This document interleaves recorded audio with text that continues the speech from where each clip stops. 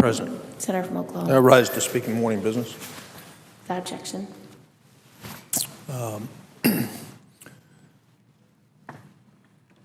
I'm worried about the Senate as a body today. I came down here to the floor and I listened very intently to the chaplain's prayer. And he asked that we call on the higher wisdom, not man's wisdom, but God's wisdom.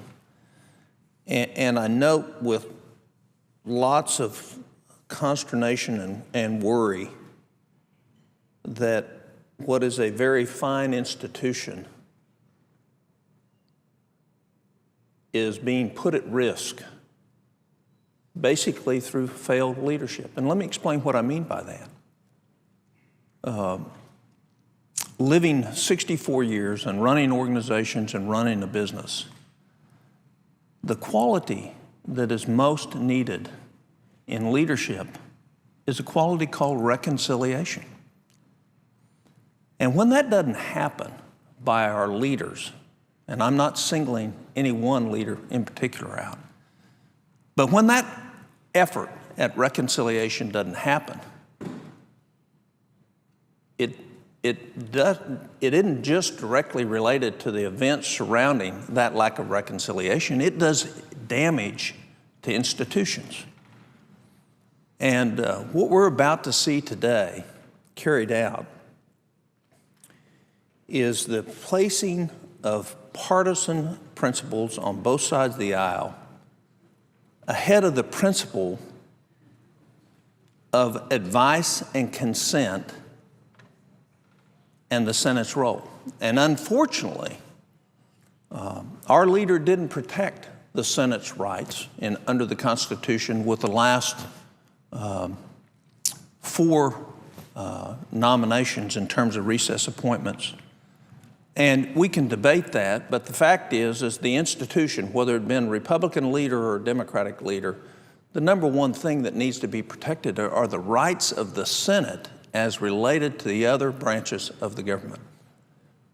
And I think that's unfortunate, and I think that's part of our problem today as we fail to trust one another to do the right thing.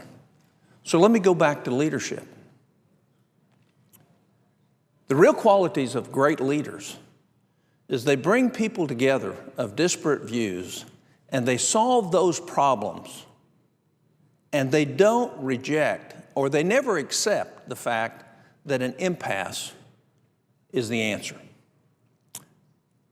And what we have queued up to set up today is going to be an impasse. Everybody knows it. It's going to be an impasse. And all that does is reflect poorly on the Senate as a whole and on the leadership of the Senate on the whole, on both sides.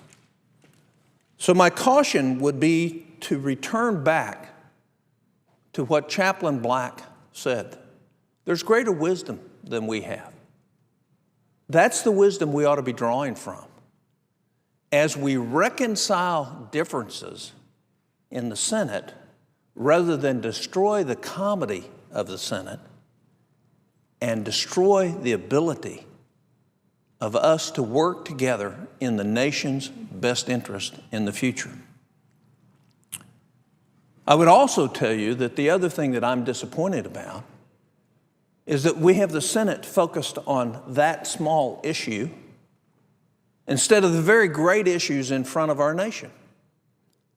The very fact that we're going bankrupt, that we've not done one thing this year to actually trim the excesses of the federal government. We've not addressed in any way, shape, or form the very problems that are going to create tremendous burdens, not only on our children, but those people who, through no fault of their own, will not have a safety net in the future because we failed to make the tough decisions today. And that's wrapped up in political expediency. And one of my favorite quotes, it's a summary of Martin Luther King's words. It's not his exact words, but he said the following: cowardice asks the question, is it expedient? Vanity asks the question, is it popular? But conscience and character ask the question, is it right? And what I'd put forward to the two leaders today is what we're about to let unfold this afternoon in the Senate. Is that the right thing for the Senate?